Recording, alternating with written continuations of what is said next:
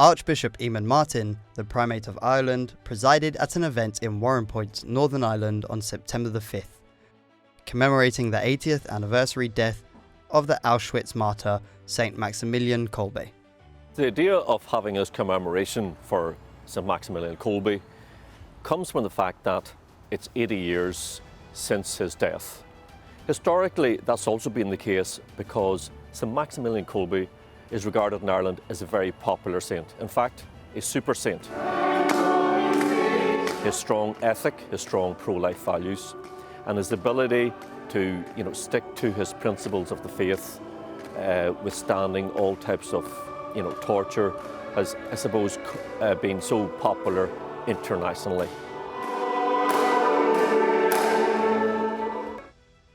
The commemoration began with Mass in St. Peter's Church in Warrenpoint.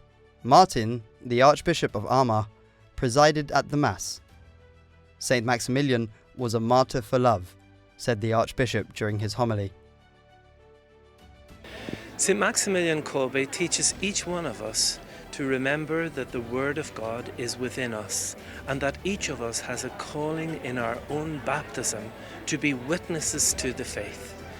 He also reminds us that even if things are difficult, if we hold on to the love of God, then we can get through. And I think nowadays that's a really important message for all Catholics and indeed for all Christians. The commemoration in Warrenpoint was organised jointly by the Consulate General of the Republic of Poland in Belfast, the Polish Honorary Consulate and the Nuri and Morn Polish Community Group. Paweł Majewski, Consul General of the Republic of Poland in Belfast, said, "It is necessary to tell the people around the world the story of St. Maximilian Kolbe, as he is epitome of courageous human dignity in the face of extreme cruelty. Father Kolbe never asked for anything, he never complained, he rather encouraged his inmates to pray and bear the pain with dignity. He said that hatred is not a creative force, the creative force is love."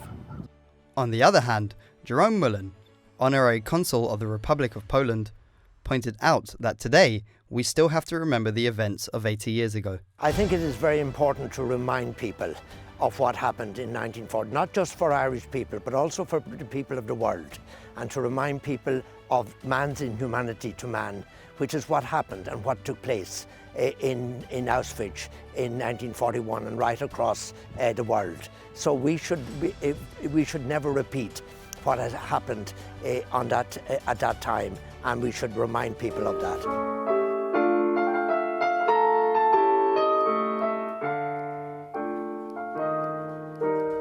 St. Maximilian is known, but not well known, I would say.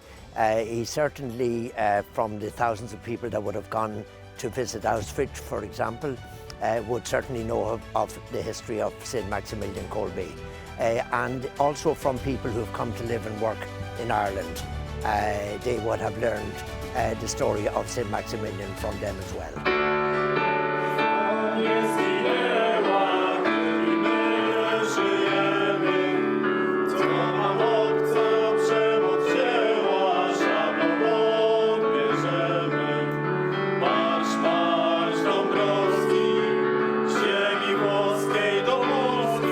It is also very important for Poles that other nations get to know the history of their heroes and their country better. It is important to hold events like this one in Northern Ireland, as they allow us to share the knowledge of the outstanding Polish people, as well as about the recent Polish history. In fact, lessons from the past can provide insights into the present and even the future. We should never forget the sacrifice of the heroic deeds of those who lost their lives in World War II, so that today we can live in peace.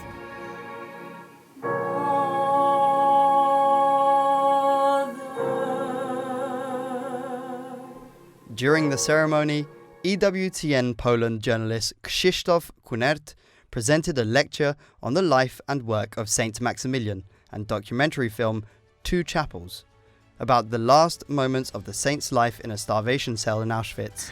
I think that many of us know that Maximilian gave his life for the life of another prisoner in the Nazi German concentration camp Auschwitz-Birkenau. It was a very evangelical act. It was the fruit of his life. God sent his apostle into the starvation cell to minister to the other prisoners. The commemoration of Saint Maximilian was also an occasion for collaboration between the Polish and Irish branches of EWTN. Showing the stories of the great saints is a wonderful opportunity for joint activities. This cooperation that we're experiencing today is, very good for both our EWTN offices. Traditionally and historically, Ireland and Polish people have got on very well, just in terms of business, in terms of our working together.